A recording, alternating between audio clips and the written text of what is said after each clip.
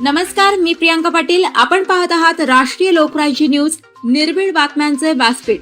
आज आपण दिवसभरामध्ये घडणाऱ्या घडामोडींवर नजर टाकूया. जीएसटी परिषदेत महाराष्ट्राची भूमिका ठामपणे मांडण्याची आमदार सत्यजित तांबे यांची मागणी.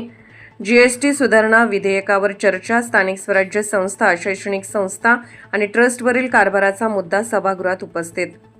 महाराष्ट्र वस्तू सेवा कर सुधारणा विधेयक 2026 विधेयक क्रमांक 33 वरील चर्चेत सहभागी होताना आमदार सत्यजित तांबे यांनी जीएसटी संदर्भातील राज्याच्या भूमिकेबाबत महत्त्वपूर्ण सूचना सभागृहात मांडल्या. आमदार तांबे म्हणाले की सभागृहात जेव्हा जेव्हा जीएसटीचा विषय उपस्थित होतो तेव्हा हे केंद्र सरकारचा विषय असल्याचे सांगितले जाते. मात्र जीएसटी परिषदेच्या बैठकीत राज्य सरकारचे प्रतिनिधित्व अर्थमंत्री किंवा त्याचे प्रतिनिधी करत असतात. त्यामुळे महाराष्ट्रातील विविध घटकांच्या अडचणी आणि सूचना जीएसटी परिषदेत प्रभावीपणे मांडल्या जाणे आवश्यक आहे. ते म्हणाले की जीएसटी परिषदेतील चर्चेत अनेकदा राज्याचा प्रलंबित हिस्सा आणि तो लवकर मिळवण्याचा विषय केंद्रस्थानी असतो.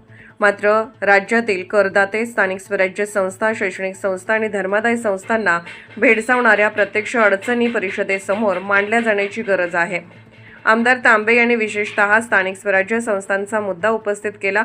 ग्रामपंचायत, नगरपालिका आणि महापालिका यांना अनेक बाबतीत जीएसटी आकारता येत नाही, मात्र त्या स्वतः खरेदी करत असलेल्या वस्तू आणि सेवांवर जीएसटी भरावा लागतो. त्यामुळे त्यांच्या विकास कामांचा खर्च वाढत असल्याचे त्यांनी नमूद केले. याचप्रमाणे शैक्षणिक संस्था आणि धर्मादाय संस्थांनाही त्यांच्या सेवांवर जीएसटी आकारता येत नसला तरी बांधकामासह विविध खर्चावर जीएसटी भरावा लागत असल्याने त्यांच्यावर अतिरिक्त आर्थिक भार पडत असल्याकडे त्यांनी लक्ष वेधले.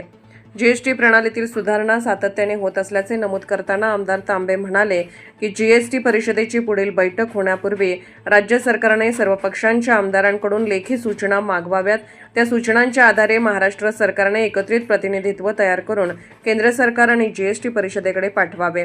मुख्यमंत्री तथा अर्थमंत्री देवेंद्र फडणवीस यांच्याकडे जीएसटी विभागाची जबाबदारी असल्याने या प्रक्रियेस पुढाकार घेऊन महाराष्ट्राच्या वतीने सकारात्मक भूमिका मांडावी अशी अपेक्षाही त्यांनी व्यक्त केली. राज्यातील विविध घटकांच्या अडचणी, स्थानिक स्वराज्य संस्थांवरील वाढता खर्च, शैक्षणिक व धर्मादाय संस्थांवरील आर्थिक भार तसेच जीएसटी प्रक्रियेतील आवश्यक सुधारणा या सर्व मुद्द्यांचा विचार करून राज्य सरकारने जीएसटी परिषदेत महाराष्ट्राची ठोस भूमिका मांडावी अशी मागणी आमदार सत्यजित तांबे यांनी केली. मंत्री महोदय, काय प्रत्येक वेळेस सभागृहात जेव्हा जेव्हा जीएसटीचा विषय येतो त्यावेळेस आपण असं उत्तर देतो की हा केंद्राचा विषय आहे आणि राज्य शासन याच्यामध्ये काहीच करू शकत नाही.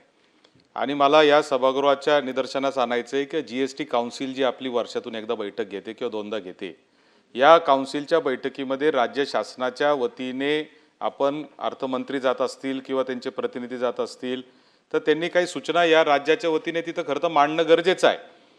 परंतु दुर्दैवाने असं झालेलं आहे की जीएसटी काउन्सिलमध्ये फक्त चर्चा हीच असते की राज्याचा हिस्सा एवढा राहिलेला आहे आणि तो लवकरात लवकर कसा येईल यावर चर्चा जास्तीत जास्त आपली अवलंबून राहिलेली असते. सभापती महोदय, माझी विनंती अशी आहे आणि एक सूचना आहे की मंत्री महोदय, आता सगळ्या सदस्यांचे जीएसटीवर अनेकांचे वेगवेगळे मतं आहेत. एक वेगळा मुद्दा मला सांगायचा आहे, तो म्हणजे स्थानिक स्वराज्याच्या संस्था ज्या आहेत, ग्रामपंचायत, नगरपालिका, महापालिका, यांना टॅक्सेसवर जीएसटी लावता येत नाही. मात्र नगरपालिका, महानगरपालिका, ग्रामपंचायती प्रत्येक गोष्टी जीएसटी भरती आहे. म्हणजे महापालिका, नगरपालिका, ग्रामपंचायतींना प्रत्येक गोष्ट 18% महाग पडते आहे. आज शिक्षण संस्था आहेत, चॅरिटेबल ट्रस्ट आहेत, यांना जीएसटी घेता येत नाही आहे, त्यांना फीवर जीएसटी घेता येत नाही आहे, परंतु प्रत्येक गोष्टीमध्ये जीएसटी मात्र भरावा लागतोय.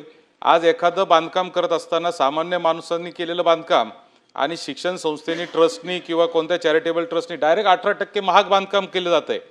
आणि म्हणून हे जे मुद्दे आहेत, मला असं वाटतं की या सगळ्या मुद्द्यांवर अनेक सदस्यांनी वेगवेगळे मुद्दे मांडलेले आहेत. या सगळ्या किंबहुना तुम्ही जर जीएसटी काउन्सिलची बैठक कधी आहे मला माहीत नाही, पण अशी जर काही बैठक नजीकच्या काळात असेल तर त्यापूर्वी आपण सगळ्या सदस्यांना पत्र लिहून त्यांच्या सूचना जीएसटीच्या बाबतीत काय असतील तर त्या घेतल्या पाहिजे. त्या सगळ्या सदस्यांच्या सूचनांवर राज्य शासनाच्या वतीने एक रिप्रेझेंटेशन केंद्र शासनाकडे झालं पाहिजे. कारण जीएसटी हा वन नेशन वन टॅक्स म्हणून आपण म्हणलो, पूर्वी तर इतकी किचकट होती.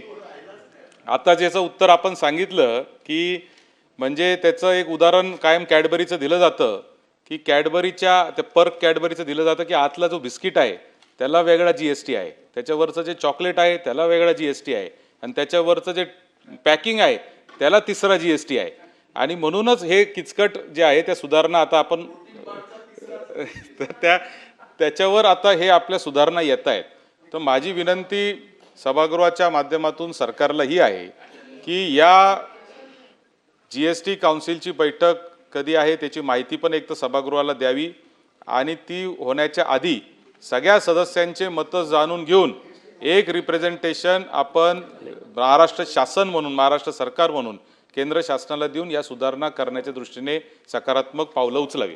केंद्र सरकारला या बाबतीतली सुधारणा करून राज्य सरकारकडनं ते निवेदन आपण पाठवलं तर जसं सत्यजित साहेबांनी सांगितलं की GST काउन्सिलमध्ये हा विषय चर्चेला येऊ शकतो, तर तसा तो चर्चेला आणून हा विषय देखील केला जाईल.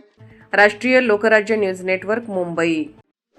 ताज्या बातम्यांसाठी आणि अपडेट्ससाठी राष्ट्रीय लोकराज्य न्यूज चॅनलला सबस्क्राईब करा, तसेच लाईक आणि शेअरही करा.